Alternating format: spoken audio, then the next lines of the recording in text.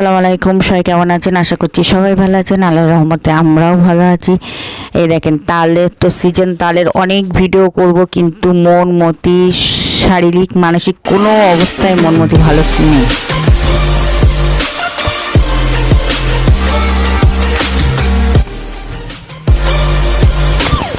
Video তো অনেক আগে এই ভিডিওগুলো করা হয়েছিল, কিন্তু এডিট করে যে ভয়েস দিয়ে যে ভিডিওগুলো ছাড়বো সেরকম পরিস্থিতিতে একদম তালগুলো ভালো করে ধুয়ে নিয়েছি, ধুয়ে একদম খোসাগুলো ভালোভাবে ছাড়িয়ে নিচ্ছি। ছাড়িয়ে আটি হয়েছে, একটা তালের থেকে 3টে আটি হয়েছে।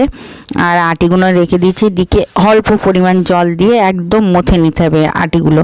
একদম বেশি পরিমাণ হড়হড় পানি, মানে ফরাক্কার পানি একদম দেখতে পাচ্ছেন ছিটেফোঁটা দিয়ে আমি এমন করে মাখিয়ে নিচ্ছি। আর এই দিকের জন্য আপনারা চাইলে ভাজি কাটার বা ছোট ঝুড়ি আছে ওইগুলো দিয়ে, তা আমরা বড় ঝুড়ি দিয়ে, মাটি তোলা ঝুড়ি ভালো করে পরিষ্কার করা ধুয়ে, আমাদের এটা তাল চাষের জন্যই কেনা হয়েছিল, সেই জন্য ঝুড়ি দিয়ে এ দেখেন তাল চাষ আসছি।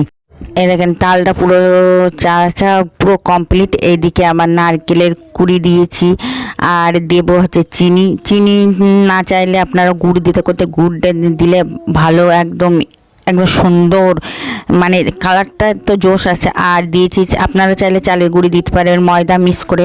আর চালের গুঁড়ি, শুধুই চালের গুঁড়ি দিলে একদম শক্ত হয়ে যায়, মানে 2 ঘন্টা থেকে 3 ঘন্টা 4 ঘন্টা রেখে দিলে তারপর শক্ত হয়ে যায়। একটু ময়দা মিক্স করলে হালকা নরম থাকে, আর খেতে ভালোই লাগে। মাশাআল্লাহ এত সুন্দর।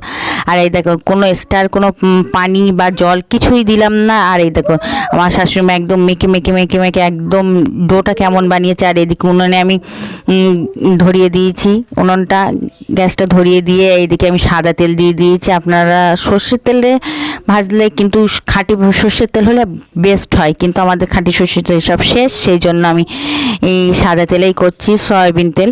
আর এইদিকে দেখুন বড়ার আকারে, যেমন ছোট ছোট পেঁজি করলে যেমন বড়া কাটতে হয় না, ঠিক তেমন এইভাবেই একদম সবগুলো কেটে একদম হালকা আছে ভাজতে হবে, ব্রাউন করে। আর এটা ফার্স্ট টাইম। আর এই দেখেন মাশাআল্লাহ এত সুন্দর হয়েছে, খেয়ে যে রিভিউ দেবো এরম পরিস্থিতিতেও মানে রিভিউ দেওয়ার কথা ভুলে গিয়েছিলাম একদম।